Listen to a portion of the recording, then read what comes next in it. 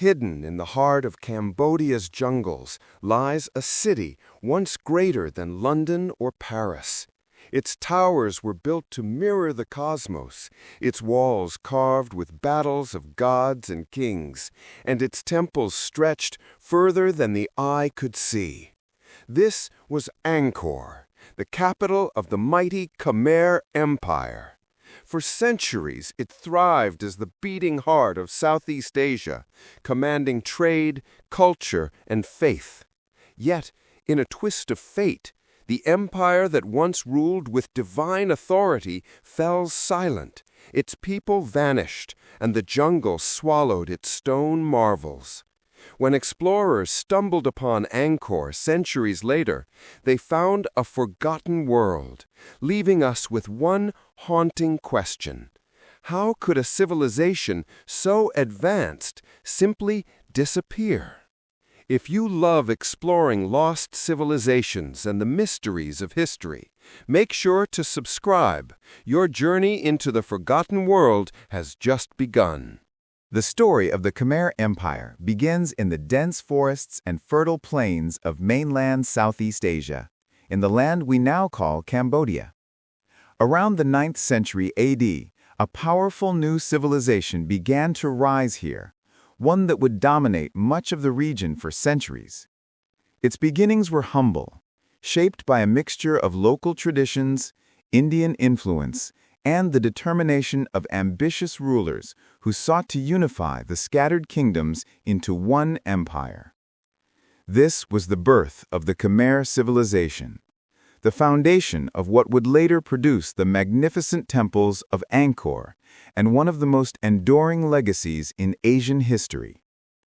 Early setting and influences. Before the Khmer Empire emerged, the land of Cambodia was home to smaller kingdoms and chiefdoms. Among the most notable were Funan and Chenla. Funan, which flourished from the 1st to 6th century AD, was one of the earliest Indianized states in Southeast Asia. It was deeply influenced by trade with India and China. Through these connections, Hinduism, Buddhism, Sanskrit writing, and architectural styles were introduced. Chenla succeeded Funan, breaking into several smaller principalities, each ruled by local lords. These early states set the stage for what would become the Khmer Empire by blending indigenous traditions with imported Indian ideas of kingship and religion. The fertile floodplains of the Mekong River gave these early societies agricultural stability. Rice cultivation thrived in the region, providing food surpluses that allowed populations to grow. Water, always central to life in Southeast Asia, would also become central to Khmer power. The ability to control irrigation, build reservoirs, and harness the seasonal monsoons would later define the empire's success. The rise of Jayavarman II. The true founding moment of the Khmer Empire came in the early 9th century when a leader named Jayavarman II rose to prominence. Around 802 AD, he declared himself a Chakravartin, a universal monarch, and performed a sacred ritual known as the Devaraja, or God King ceremony. This was more than just a coronation. It was a symbolic act that merged political authority with divine legitimacy. In this ritual, Jayavarman II proclaimed himself the earthly representative of Shiva, the great Hindu god. By doing so, he established the idea that the Khmer king was no ordinary ruler, but a divine figure whose authority extended over all the land and people. This fusion of religion and politics gave the empire a spiritual backbone, ensuring loyalty and respect from the subjects who viewed their king as a semi-divine. The ritual reportedly took place on Mount Mahendra Parvata, near present-day Phnom Kulen. By choosing a sacred mountain, Jayavarman II linked himself to the Indian concept of Mount Meru, the cosmic mountain at the center of the universe in Hindu and Buddhist cosmology. In Khmer tradition, This would later inspire the construction of Angkor's Temple Mountains, stone representations of Mount Meru. Unification and expansion. Jayavarman II's declaration was more than ceremonial. It marked the beginning of a political unification of the region. He consolidated smaller, warring chiefdoms and began to establish centralized authority. From his base in northern Cambodia, he expanded his influence southward, eventually laying the foundations of a capital near the Tonle Sap, the massive freshwater lake that would sustain Khmer civilization for centuries. The choice of location was strategic.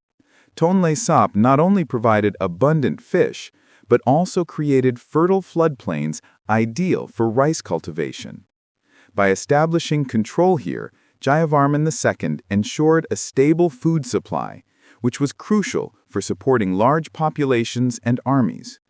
This ability to manage people and resources was one of the Khmer Empire's greatest strengths. Under Jayavarman II and his successors, the empire expanded its influence across much of present-day Cambodia, Laos, Thailand, and Vietnam. Elephants played a vital role in the Khmer military, serving as both symbols of power and practical instruments of warfare. With elephants, disciplined armies, and centralized command, the Khmer Empire could dominate its neighbors and secure its frontiers. The Devaraja system. The Devaraja system, initiated by Jayavarman II, remained central to Khmer kingship for centuries. Each ruler was seen not only as a political leader, but also as a divine embodiment. Temples were constructed as both religious sanctuaries and symbols of royal authority. Kings commissioned these temples to honor Hindu gods, often Shiva or Vishnu, but at the same time, the temples acted as monuments to their own divine kingship. Every king sought to outdo his predecessors by building larger, grander, and more complex monuments. This competition would eventually lead to the construction of Angkor Wat, the largest religious monument in the world. But the seeds of this tradition were planted by Jayavarman II, whose blend of politics, religion, and architecture created the Khmer model of kingship. Society and administration. The Khmer Empire was highly organized, with a hierarchical society structured around the king. At the top was the monarch, believed to be divine. Below him were nobles and officials who administered the provinces and collected taxes. Priests played an important role both in conducting rituals and in reinforcing the idea of the king's sacred status. The majority of the population were farmers who cultivated rice. Through their labor, they supported the ruling elite, the temples, and the armies. Slaves and captives from wars were also put to work, contributing to the building of monumental projects and irrigation systems. One of the Khmer Empire's greatest achievements was its mastery of water management. Kings ordered the construction of massive reservoirs, known as barays, and intricate canal systems. These not only allowed for multiple rice harvests each year, but also acted as symbols of the king's power to control nature. This hydraulic system gave the empire resilience against droughts and made Angkor one of the most densely populated cities of the medieval world. Expansion beyond Cambodia. During and after Jayavarman II's reign, the Khmer Empire extended its influence beyond the boundaries of modern Cambodia. Khmer armies moved into parts of present-day Thailand and Laos, exerting control over trade routes and smaller kingdoms. This expansion was both political and cultural. As Khmer rule spread, so did Indian-influenced ideas of kingship, architecture, and religion. The empire's expansion also brought it into contact with neighboring powers, such as the Champa Kingdom in present-day Vietnam. These interactions were sometimes peaceful, involving trade and cultural exchange, and sometimes violent, leading to wars and conquests. The legacy of Jayavarman II. Jayavarman II's greatest legacy was the establishment of the Khmer model of kingship and the unification of Cambodia under a divine monarchy. While little is known about his exact life and reign compared to later rulers, his role as the founder of the empire is undeniable. The Devaraja cult, the focus on temple building, and the centralization of authority around the monarch all began with him. After his death, his successors continued to expand the empire and refine its institutions. Kings like Indravarman I and Yasovarman I built on his foundation, creating new capitals, reservoirs, and temples. Over the next several centuries, the Khmer Empire would reach its zenith, producing the wonders of Angkor and one of the most enduring legacies in Asian history. In the heart of Cambodia, surrounded by dense forests and wide moats, stands one of the most extraordinary monuments ever built by human hands, Angkor Wat. More than just a temple, Angkor Wat is a symbol of the Khmer Empire at its height, a physical embodiment of religion, politics, and power carved in stone. Today, it is recognized as the largest religious monument in the world. But in the 12th century, it was much more. It was the beating heart of an empire that saw its kings as living gods. Origins and construction. Angkor Wat was commissioned in the early 12th century by King Suryavarman II, one of the most ambitious rulers of the Khmer Empire. At this time, the empire had expanded its territories and secured vast resources, and the king sought to immortalize his reign through a project so grand that it would surpass anything built before. The temple was originally dedicated to the Hindu god Vishnu, marking a significant choice. While most Khmer rulers had favored Shiva, Suryavarman II aligned himself with Vishnu, perhaps as a political and spiritual statement of his own unique authority. To build Angkor Wat, thousands of workers, artisans, and slaves labored for decades, transporting sandstone blocks from quarries miles away and carving them into precise, interlocking pieces. The construction of Angkor Wat was itself a feat of engineering. The site covers about 162 hectares, larger than many modern cities. A wide moat surrounds the complex, symbolizing the oceans of the cosmos. Crossing the moat, visitors enter through towering gateways and walkways that guide them toward the central Temple Mountain, a symbolic representation of Mount Meru, the mythical center of the universe in Hindu and Buddhist cosmology. Symbolism and architecture. Every detail of Angkor Wat carries layers of meaning. Its towers rise like lotus buds, symbolizing both purity and spiritual enlightenment. The central quincunx of 5 towers represents Mount Meru and its surrounding peaks, while the long galleries and courtyards mirror the layout of the cosmos. The structure is aligned with the sun and stars, designed with astronomical precision. During the equinox, for instance, the rising sun aligns perfectly with the central tower, a reminder of how the Khmer rulers saw themselves not only as kings of the earth, but as connected to the heavens.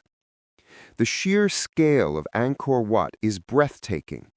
Its central tower reaches a height of 65 meters, and the outer walls stretch more than 800 meters on each side.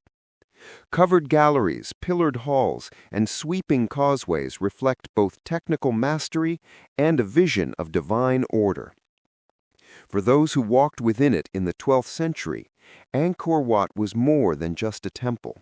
It was the universe itself, recreated on earth. Carvings and reliefs. Perhaps the most striking feature of Angkor Wat is its extensive bas reliefs, which cover the walls with intricate carvings stretching over hundreds of meters. These reliefs depict both mythological stories and historical events, blending legend with propaganda to glorify the Khmer king. On one wall, you find the famous depiction of the churning of the ocean of milk, a Hindu myth where gods and demons work together to churn the sea and extract the nectar of immortality. In this scene, Vishnu stands at the center, while celestial beings and monstrous figures strain against the great serpent Vasuki, wrapped around Mount Mandara. The carving not only illustrates cosmic balance, but also reinforces the Khmer king's role as preserver of harmony, just as Vishnu preserves the universe. Other reliefs portray great battles, heavenly apsaras, celestial dancers, and processions of Suryavarman II's own court. Each figure is carved with incredible detail, from the folds of garments to the serene expressions of gods.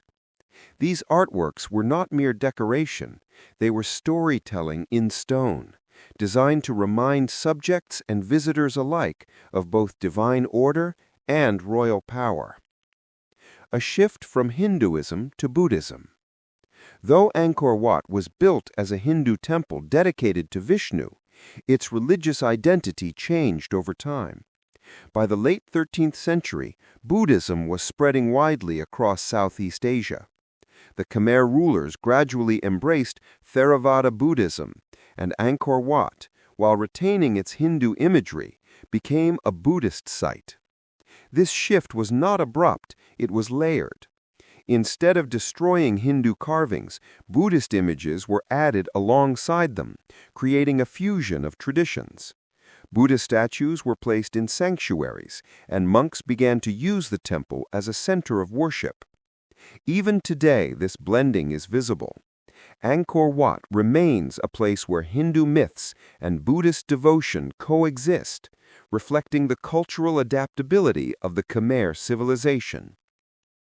Angkor Wat as political propaganda. Angkor Wat was not only a religious site, it was also a declaration of power.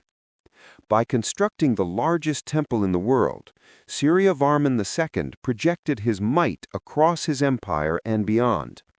Foreign envoys and traders who visited Angkor would have seen the monument as evidence of Khmer greatness. Its sheer size, alignment with the cosmos, and intricate carvings all worked together to reinforce the idea that the Khmer king was at the center of both earthly and divine order. The temple also functioned as a mausoleum for Suryavarman II, whose remains were likely interred here.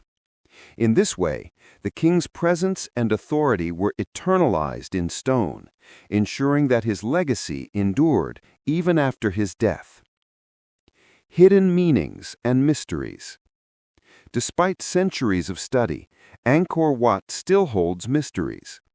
Some scholars believe its design encodes astronomical and calendaric knowledge, with towers and corridors aligned to celestial cycles.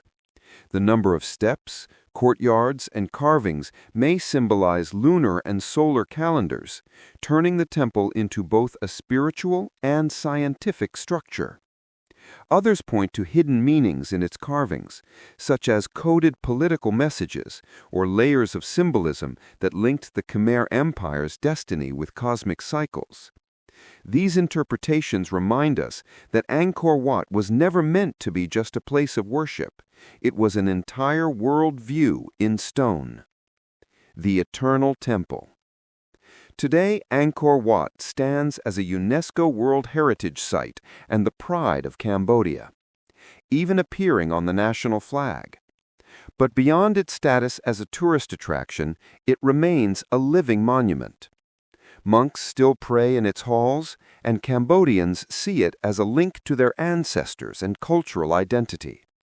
Its endurance through centuries of war, abandonment, and jungle encroachment speaks to the genius of its builders. While empires rise and fall, Angkor Wat remains, a testament to human imagination, devotion, and ambition. For centuries, Angkor stood as one of the most powerful and sophisticated capitals in Asia. Yet, like all empires, its glory was not eternal.